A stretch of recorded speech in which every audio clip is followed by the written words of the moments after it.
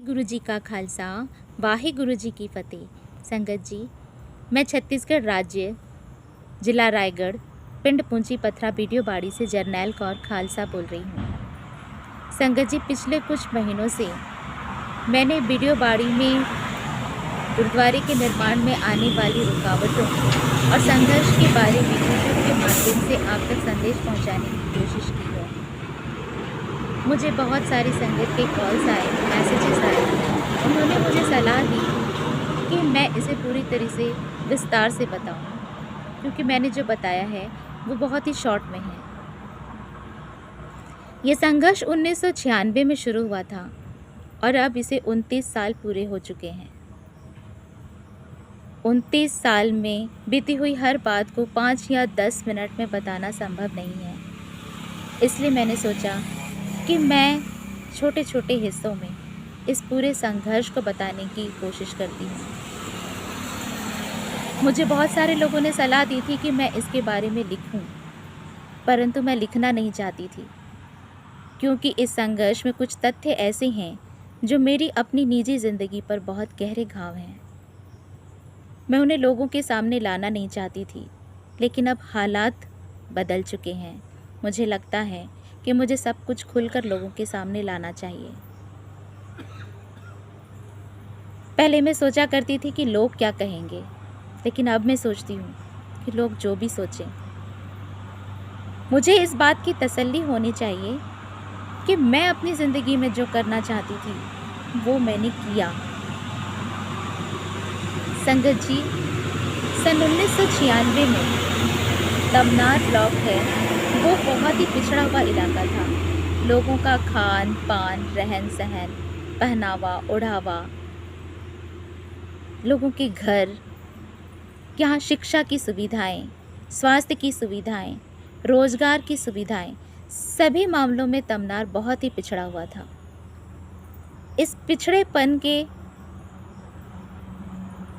का फ़ायदा उठाकर जहाँ पर सरकार को एक सर्वे में ये बात पता चली कि यहाँ की ज़मीन में बहुत ही अच्छे किस्म का कोयला है, जिसे आज एशिया के नंबर 1 कोयलों में भी माना जाता है। बस यहाँ के लोगों के पिछड़े होने का, शिक्षा में अज्ञानता की वजह को समझकर उन्हें छल और कपट से उनकी ज़मीनों को छीनने का षड्यंत्र शुरू हुआ। नवीन जिंदल ने सरकारी अधिकारियों को रिश्वत देकर यहाँ की जमीनों को बेचना शुरू किया। कानूनी दांव पेच लगाकर लोगों को उलझाया गया। सन 1996 में मेरे पापा श्री एडवर्ड एक्का तमनार ब्लॉक में ब्लॉक डेवलपमेंट ऑफिसर के पद पर पदस्थ थे। क्योंकि सरकारी कर्मचारी होने की वजह से वो इसका विरोध नहीं कर सकते थे, लेकिन उन्होंने इस पूंजीपथरा पिंड में 11.311 हेक्टेयर ज़मीन खरीदी। क्योंकि हम पहले आदिवासी थे और आदिवासियों को ज़्यादा लूटा जा रहा था, क्योंकि यहाँ आदिवासियों की आबादी ज़्यादा थी। वो लोगों को जगाना चाहते थे, वो लोगों को समझाना चाहते थे उनके अधिकारों के बारे में। वो लोगों को अक्सर कहा करते थे कि ये ज़मीन बहुत कीमती है, इसे अपने आने वाली पीढ़ियों के लिए संभाल कर रखना, एक दिन पूरा भारत यहाँ आएगा।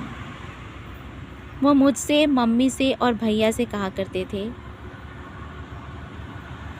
कि एक दिन के लोग जो हैं वो यहाँ के मूल निवासियों की नस्लों को इस ज़मीन के लिए मिटा देंगे।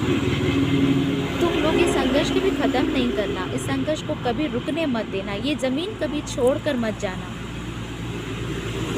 क्योंकि उस वक्त वो ब्लॉक डेवलपमेंट ऑफिसर के पद पर तमनार में पदस्थ थे, इसलिए उन्हें लोग बीडीओ साहब कहा करते थे। और इसीलिए इस पूरी ज़मीन को, जहाँ गुरुद्वारा साहिब बन रहा है, इस पूरी ज़मीन को वो बीडियो बाड़ी पुकारने लगी।